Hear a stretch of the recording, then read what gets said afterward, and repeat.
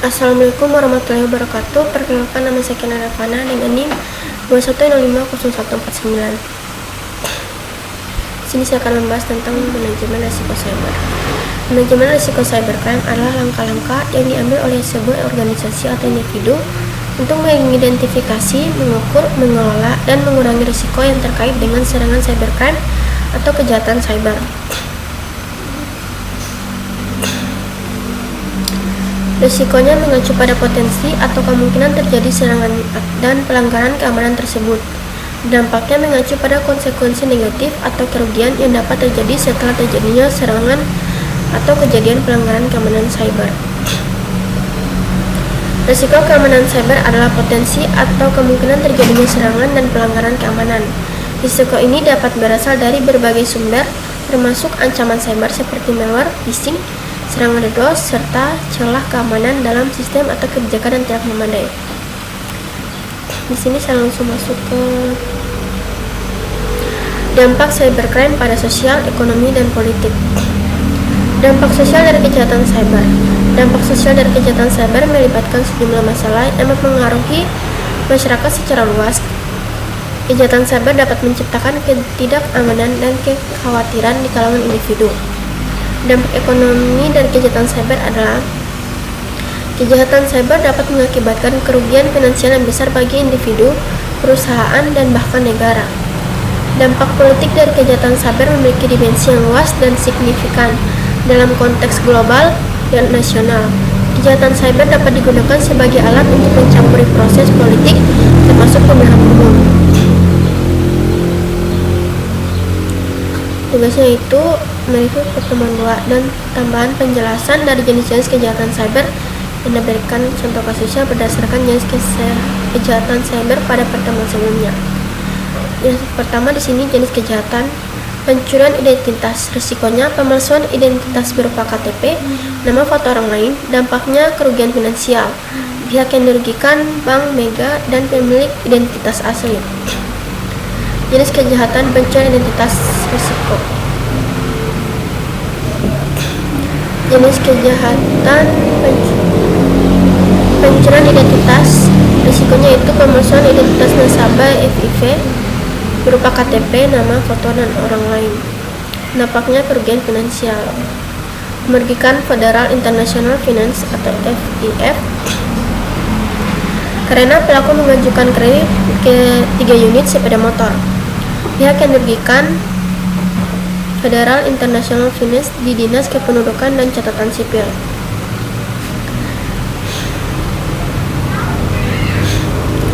Yang kedua, kasus phishing. Korban phishing. Si korban mengklik sebuah tautan aplikasi yang disamarkan dalam bentuk undangan. Dampak kerugian finansialnya, Sylvia yang kehilangan uang tabungan dalam rekening sebesar 1,4 miliar serta pihak pimpinan cabang Bank BRI atas kejadian tersebut. Kejahatan kedua, melalui transaksi channel BSI banking menggunakan user ID hingga password yang terdaftar pada sistem bank. Dampaknya nasabah BSI yang kehilangan uang tabungan hingga 378 juta lebih. Korban phishing ketiga, si korban mengisi sebuah link yang diberikan oleh nomor tak dikenal yang mengaku dari pihak bank. Dampaknya kerugian finansial. Seorang wanita yang mengalami kerugian hingga mencapai 16 juta. Pihak yang dirugikan yaitu seorang wanita. Jenis kejahatan malware. Para FBI dan sejumlah mitra internasional berhasil melumpuhkan sarana bot. Dampaknya kerugian finansialnya menyita mata uang kripto bernilai hampir 9 juta dolar. Selanjutnya peretasan. Risiko situs milik Badan Penyelenggara Jaminan Sosial atau BPJS Kesehatan, yakni BPJS Kesehatan Go ID diduga diretas, sehingga 279 juta data penduduk Indonesia bocor dan dijual di forum online. Kemudian ada database milik Polri dibobol sehingga 28.000 informasi pribadi dan login dicuri. Kasus peretasan ketiga, Akun YouTube milik Badan Nasional Penanggulangan Bencana BNPB diretas. Dampaknya, akun YouTube yang semula bernama BNPB Indonesia berubah menjadi nama Ethereum 2.0. Selanjutnya, serangan DDoS. Akibat dari krisis di Ukraina, serangan DDoS meningkat. Dampaknya, jaringan para pebisnis dan sebuah organisasi sehingga menyebabkan sumber daya negara dan bank tidak aman. Ia akan merugikan seorang pebisnis dan sebuah organisasi. Kemudian serangan DDoS terhadap PPL atau paket per second. Dampaknya yaitu sebuah bank besar di Eropa tercatat mencapai 809 miliar paket per second. Ia akan dirugikan PPL dan bank besar di Eropa. Jenis kejahatan serangan DDoS. Risiko serangan DDoS terhadap situs Corona Pemprov DKI. Dampaknya kerugian finansialnya itu berupa data-data penting yang perlu diakses oleh masyarakat. Pencurian kekayaan intelektual. Risikonya membocorkan rahasia dagang racikan kopi.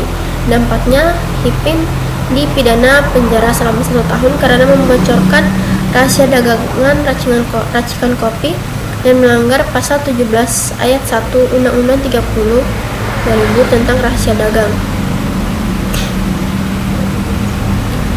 Kasus pencurian kekayaan intelektual. Mantan teknisi Tesla atau Martin Tripp menuduh Tesla menyesatkan investor dan menempatkan pelanggaran dalam bahaya.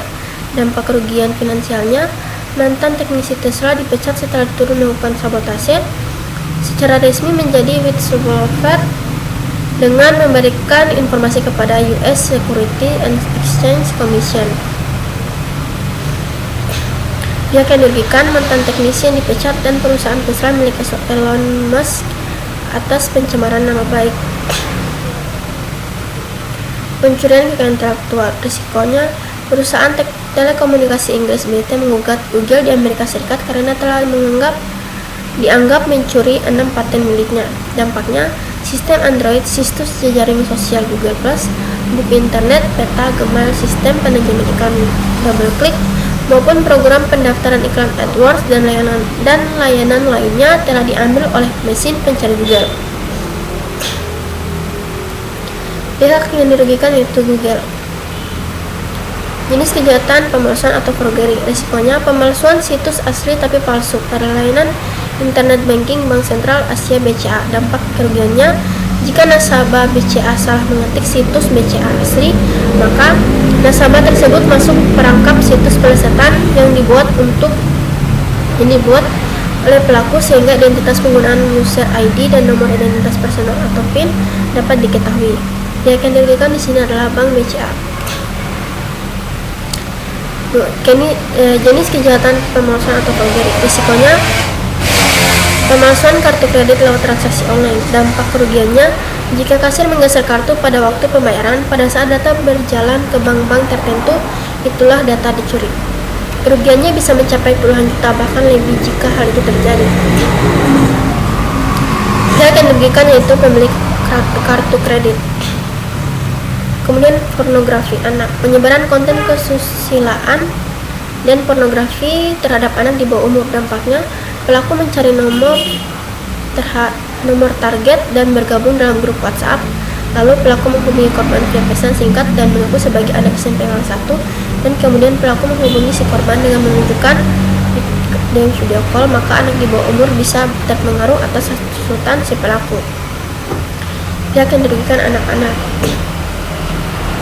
Mungkin itu saja penjelasan saya tentang tugas kedua. Lebih dan kurangnya mohon dimaafkan. Wassalamualaikum warahmatullahi wabarakatuh.